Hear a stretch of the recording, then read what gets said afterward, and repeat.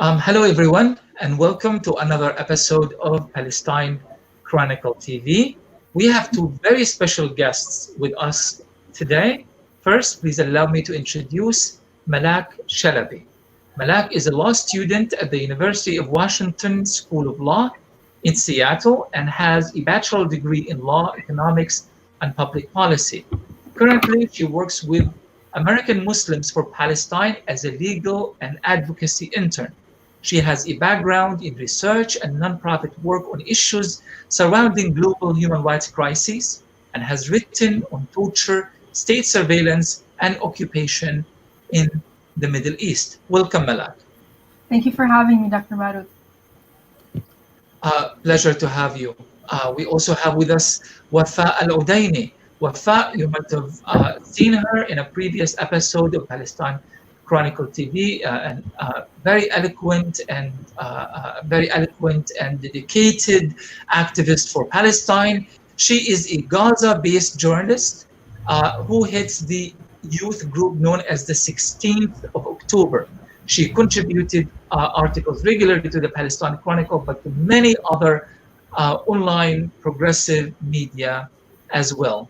Welcome, Wafaa, and assalamu alaikum. Wa alaikum assalam. Thank you so much, Dr. Barud, and thanks again for having me again. It's an honor to be with you again in this broadcast. Absolutely, our pleasure, Wafaa and Malak. This time we are going to do something slightly different. Instead of me just posing questions and demanding and expecting answers, we are actually hoping to give the platform largely to Malak and to Wafaa to have dialogue, to have a conversation.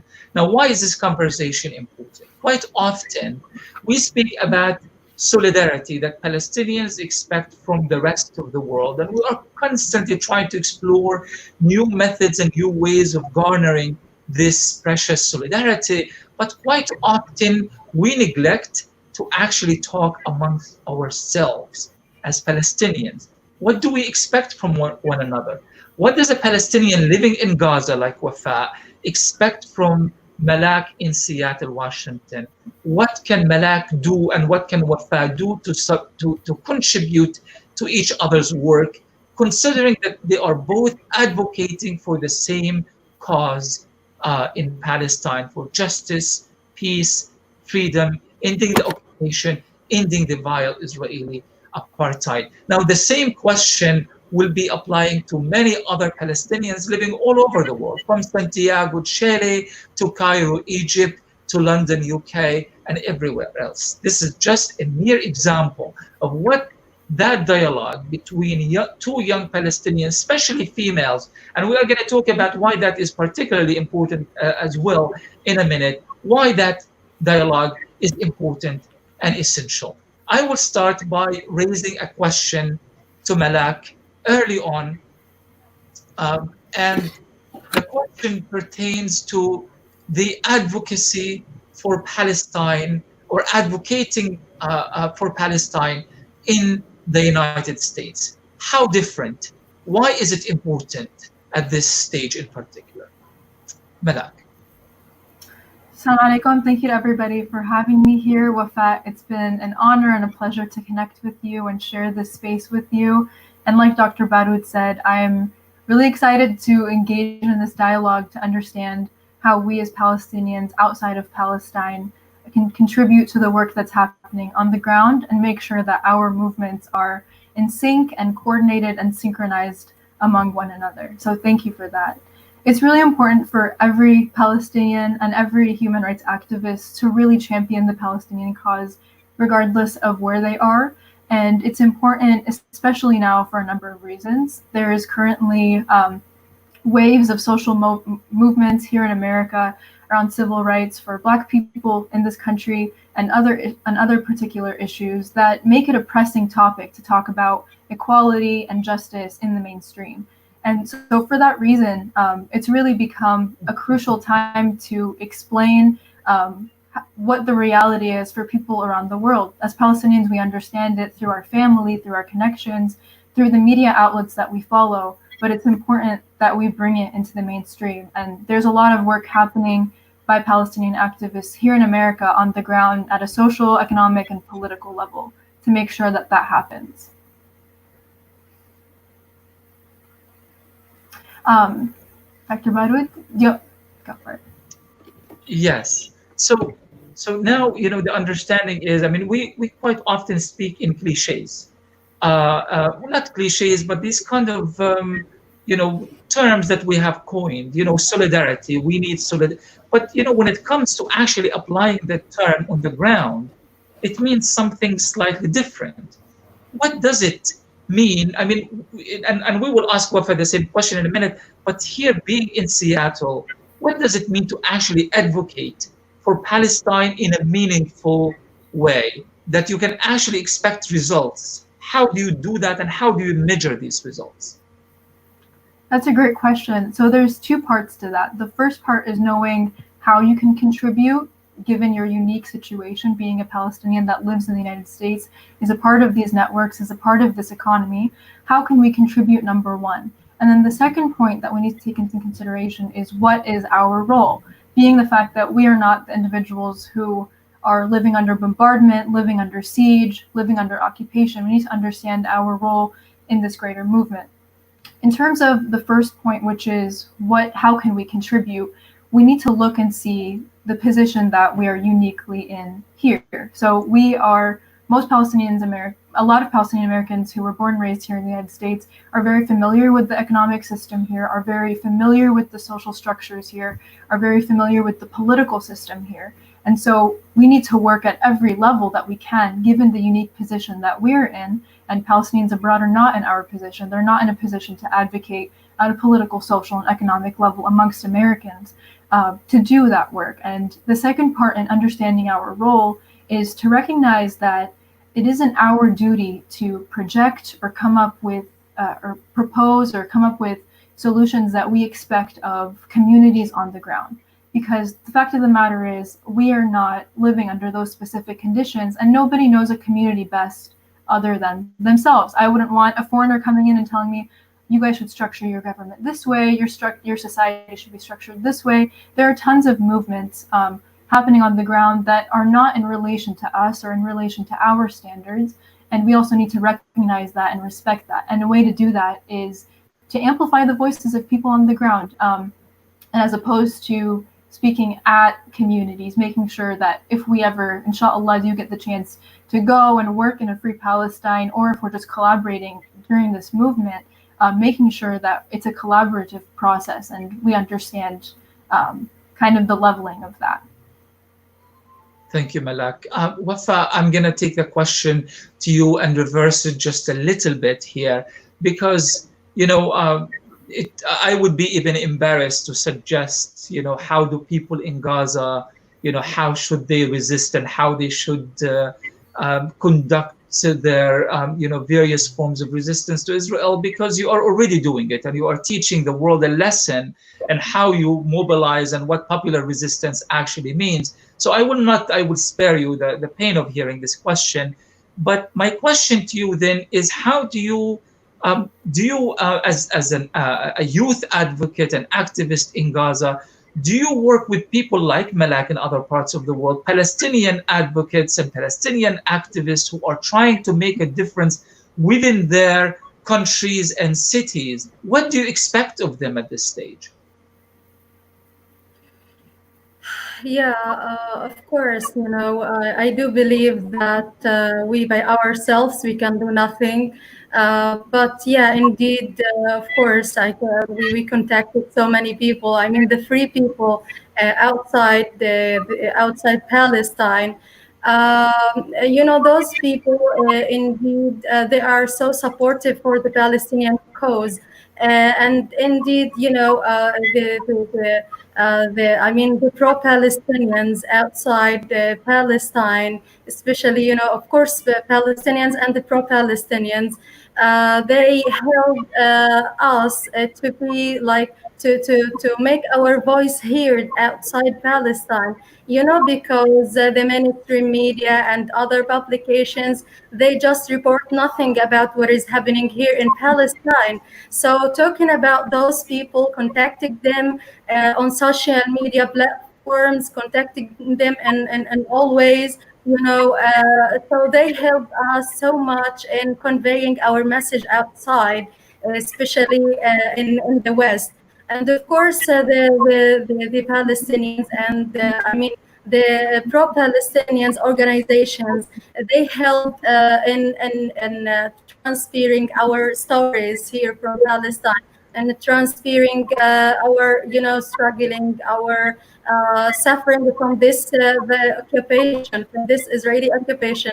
So yeah, we together, actually, I just believe like just a few years ago, we heard nothing from Palestine.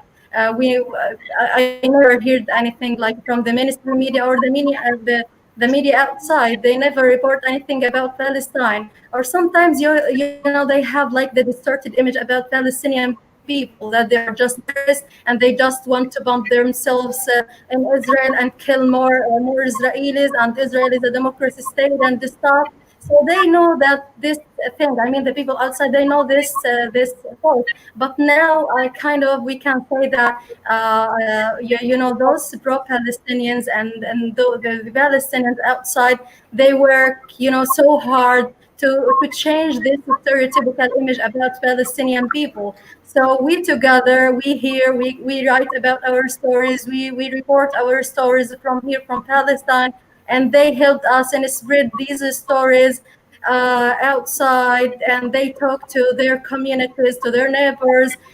They enlightening them about what is happening to the Palestinian people. So of course we do believe that this thing, the coordinating between the Palestinians and the pro-Palestinian outside is very, very important for everybody, Absolutely. for And let both me just people. take that point. I just want to spin that point just a little bit here, Wafa, about the coordinations being very, very important, because we quite often we hear about Palestinian disunity. And I'm not just talking about American mainstream media or Western media that depicts the Palestinian as this dysfunctional political entity that is incapable of even articulating a political discourse, let alone providing any sort of a unified leadership. But what we don't talk about is the actual existing unity between Palestinians that does not get covered in the media, Western, Arab, or any other. And that is the fact that you, Malak, and thousands and thousands of activists like you all over the world are somehow connected. Now, my question to you, Malak, is how do we actually, like, how does that connection works? Like, for example, you're advocating for Palestinian rights, say, within the media, within the government, at a local level, at a national level, at a state level, but you're also working with other groups. We're talking about intersectionality, we are talking about finding solidarity within the African American community, within other groups. What I'm trying to understand, and genuinely so, is how do we kind of make the voice of Wafa so heard and amplified within these groups, so that Wafa is not doing her thing on her own and you are doing your thing and I am doing. How do we create connections between all of these voices to maximize on our collective energies?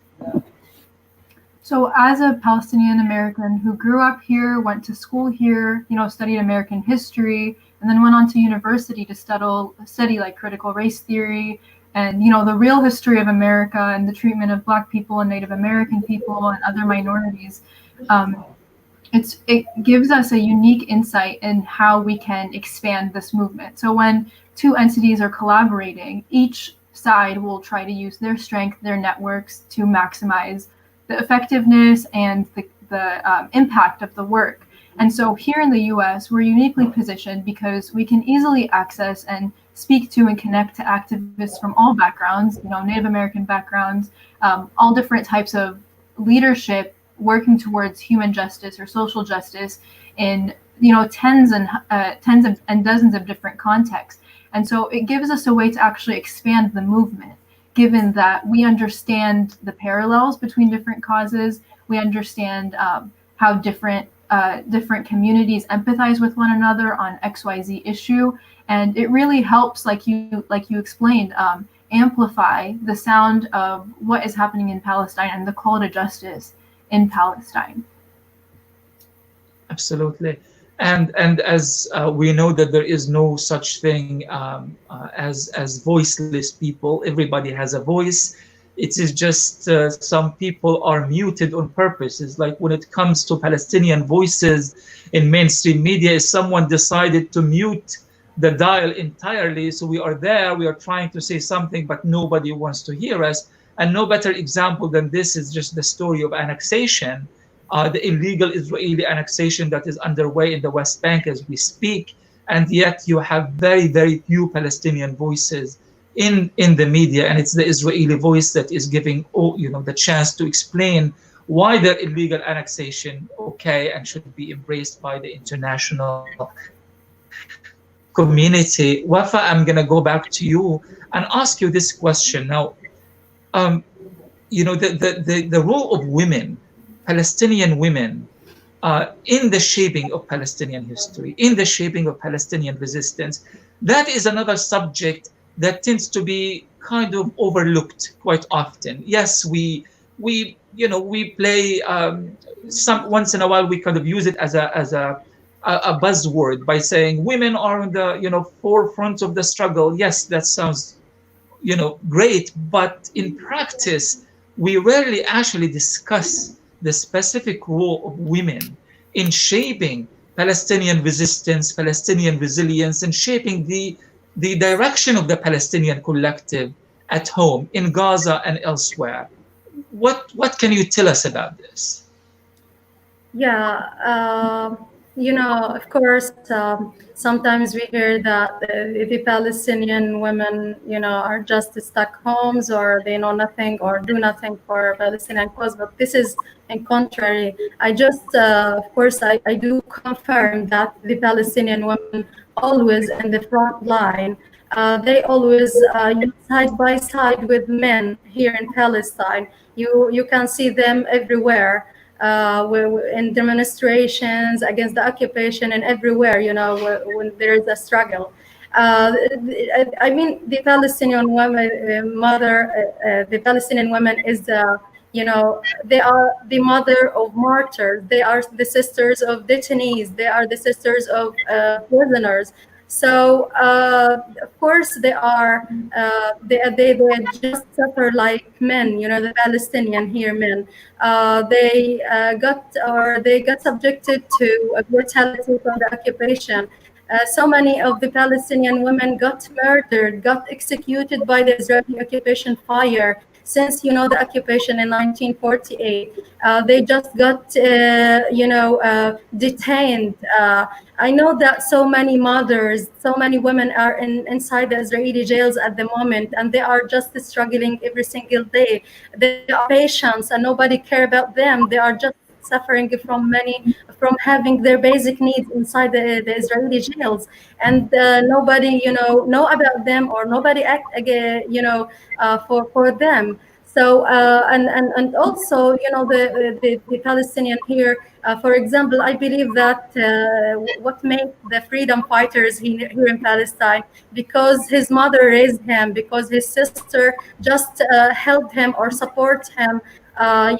So the Palestinian women, we can say that they just provide the patience, they provide persistence to their children. They raise them to be, to speak for their rights. They just raise them to be a very good persons in this society. So of course. The Palestinian women shape the history of Palestinian struggle, and you know that nearly over 16,000 Palestinians got jailed since 1948 or 60, yeah, 48, and over over I think over 1,000 got murdered by Israeli occupation fire, and some of them, got Just to killed. clarify, Wafa, Yeah, just to clarify, that number you gave us is 16,000 Palestinian women of yeah, how have been jailed and 1,000 have been killed. Yes, carry yeah, on. exactly. So yeah, so of course we do believe that without the Palestinian women, sometimes they say that the Palestinian or the women in general, they are half of the society. But I do believe that the women in general are not half of the society. They are the society itself, because they are Oh God. the burden is falling upon them. When, for example, her husband got murdered by the Israeli occupation forces, so the burden is falling upon her to raise her children, to make living for her family, and or even when example for example when there is Israeli bombing or stuff, she is the one who comforts her children to be, to feel, better, because there is like drones over or helicopter over their heads. So she is the one who provides the persistence, the patience, the relief, So we are talking their about family. a compounded responsibility here, that of being the advocate and the activist and the journalist and the doctor and the nurse Exactly. and the teacher and being at the front line, but also uh, anything that happens to that family, it will fall, the burden will fall on the mother, on the sister, on the wife to kind of carry Exactly. on and to look after, basically keeping the society together. As someone who was born and raised in a refugee camp in Gaza, I can tell you that I witnessed this on a daily basis of how women were on the forefront of everything. I mean, we had this incredible woman, her name was Ali Ashobaki, in the Nusayrat refugee camp, and she literally used to take this band of women whenever the Israeli army would invade the camp, and she would go using herself or themselves as a buffer between them and the children that the Israelis were trying to arrest or beat up. They got so much beating, so many wounds, and so much harm and arrest as a result of this. And just a very small microcosm of what Palestinian women do. But unfortunately, and that's to you, Malak, the media misuses the role of Palestinian women or Arab women in general. They are kind of either stereotyped, sorry for the language, but sexualized for the, the entertainment and to feed that existing colonial stereotype of the exotic Middle Eastern Arab women and so forth. But in reality, they don't really see them as an essential component of social movements that happens in the Middle East and in Palestine. What do you think is the responsibility of the justice advocate in trying to correct that that image, that erroneous image about women? And yeah, this image has been around, for centuries. We understand it today, as Orientalism as it manifests in everyday media. And what it essentially does is strips people of their autonomy and their right to build their own society and their right to self-determination, etc. And our role as people with a commitment to this cause, but also with a personal story to tie into it, with family who is personally impacted by this, we have a big part to play in countering the narrative. And that can be done in the mainstream, which is what a lot of Palestinian journalists or journalists who write on Palestine or recognize the right to Palestinian rights are doing, networking and connecting with different media outlets to make sure that this narrative is being heard increasingly and increasingly more. And to do this at a mainstream level requires a lot of capacity. It requires a lot of work, and Palestinians are doing that. And it's also a matter of keeping that, like holding on to that tradition and that story and our sense of identity within our own communities, because being not having any access to your motherland from the minute from like ever in your entire life, and kind of just holding on to stories your dad would tell you or your grandpa would tell you about Palestine. We have a huge duty in preserving our language, preserving our tradition, preserving our culture in a way that ensures that this, Palestine will continue to live if we are not in it in our hearts. Bravo. Now, I'm gonna take us just a little bit forward here to talk about practicalities. Um, Things that we actually need to do in terms of moving our coordinations forward, moving our, this kind of cementing the relationship between the various Palestinian communities. I recently participated in a conference in Istanbul where they had delegations coming from various parts of South America, other parts of Africa, throughout the Middle East, of course, Palestine itself, Europe, and so forth. And there was this kind of seamless kind of interaction, despite the fact that some of them did not even speak proper Arabic and borrowed heavily from Spanish or French and so forth. Yet somehow we have this very strong rapport that continues to connect us as Palestinians. How do we make it stronger? What do you expect of us as community to do to make this happen? So I'm going to start with Wafaa on this question. And I know that it's, as someone who lived many years of his life in Palestine and Gaza, there is this sense of isolation that we are alone in the world. And number one, I assure you that this is not the case at all. But then how do we actually bring that solidarity to translate into something meaningful so that we as Palestinian community, as a nation, we can heal and overcome this sense of disunity and factionalism amongst us? Yeah, for me, I do believe that the people outside, I mean, the West, or especially the people of America, they are the one who strengthened the Israeli occupation forces to kill Palestinians, to violate the international law every single day in Palestine, and to annex more land, of Palestinian land here. So I just urge the people, urge the Palestinians outside, to keep enlightening the people, to keep educating them about the daily life and how the Palestinians cope under the occupation, under the siege, and how this occupation, how their taxes dollars, how these dollars, enable the Israeli occupation forces to kill and to execute the innocent people of Palestine every single day. So I want, we can make, the Palestinians or the pro-Palestinians, we have to united and to keep updating or to keep educating the people outside about their job in enabling in strengthening the Israeli forces. So they have to stop. And Wafaa, if you don't mind me interrupting, you are the head of a group. Yeah. Tell us about this group and how can you, briefly, if you don't mind, how do you expect people to directly support your work on the ground in this specific instance? Yeah, just a brief about the group. It is the 16th October group. It's a group of young journalists. We work on different social media platforms. We just release videos, released broadcasts and newsletters, and we just updating the people on our social media platforms.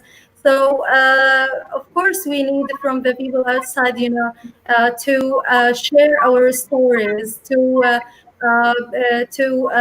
help us in conveying our message outside. Like whenever we release anything, we have so many.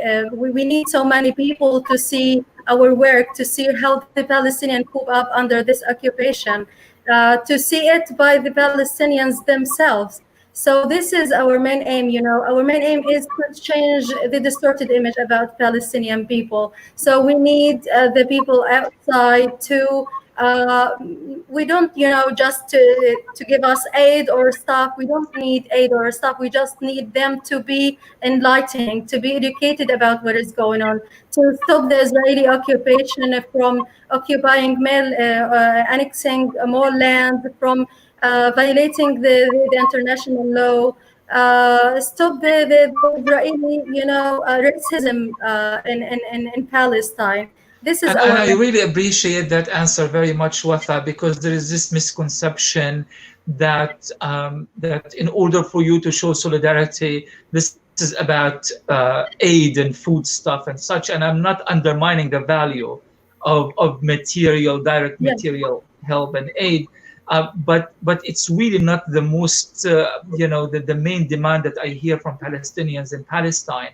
They understand that they are being dehumanized by the Israeli propaganda machine, and they are calling on their brethren all over the world and comrades, brothers, sisters in every country, in every society, to help them correct that misconception and to kind of create platforms for them so that they can and may speak directly to the world to present their cause. I'm going to try to finish here at a positive note, although to be honest, I mean, the entire discourse of this conversation has been quite positive, and just seeing two young Palestinian women in two different parts of the world fighting the same fight in all of their power and determination, it's in itself very, very encouraging. But I'm going to finish with you, Malak, and ask, tell us about, has there been examples in which we can feel truly hopeful that something that we can actually affect change in America itself? Quite often we kind of hear about the bad news coming from the US, the deal of the century, the bias, the mainstream media, dehumanization of the Palestinians, and so forth. But rarely do we actually hear about a fundamental paradigm shift happening in any aspect of Palestinian society. Based on your experience, what can you tell us about this? So in the United States, most Palestinian activists recognize that our role in the position that we're is try to minimize the harm and the aid that the U.S. gives to Israel, and that's through weapons and through immediate funding, military funding. And there's a lot of people working on the ground to really try and hit at this structural issue and this historical connection between the United States and Israel. And it's definitely a long-term process, and people recognize that there are short-term and long-term goals always. But the idea that BDS is becoming a conversation, on national platforms is a huge win, given the fact that these were concepts that could not even be discussed openly beforehand. The changing conversation in Congress, the letter that was led by AOC today and co-signed by a number of other Congress people, also symbolize that people are, for the first time, really willing to, even if it is a small step at this point, make a statement and say Israel is not exempt. It is not going to be given special treatment by the United States, and it will be treated the same way any country committing war crimes should be treated. Universities around the country are, passing BDS resolutions, which is really built off the backs of student activists who sacrificed a lot to get that done. People who are active on Palestine here in America are blacklisted, both formally and informally. So it's a really big process. But people are working hard. People are working quietly but strategically, and they're willing to sacrifice anything to make sure our brothers and sisters live in a free Palestine.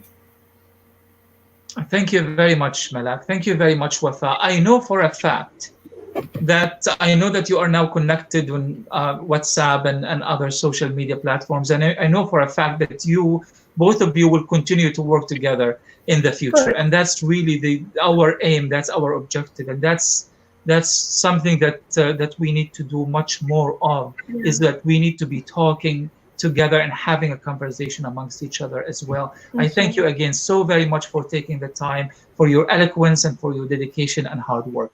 Thank you very much. Thank you, Doctor. Thank you, Dr. Ramsey. Thank you so much to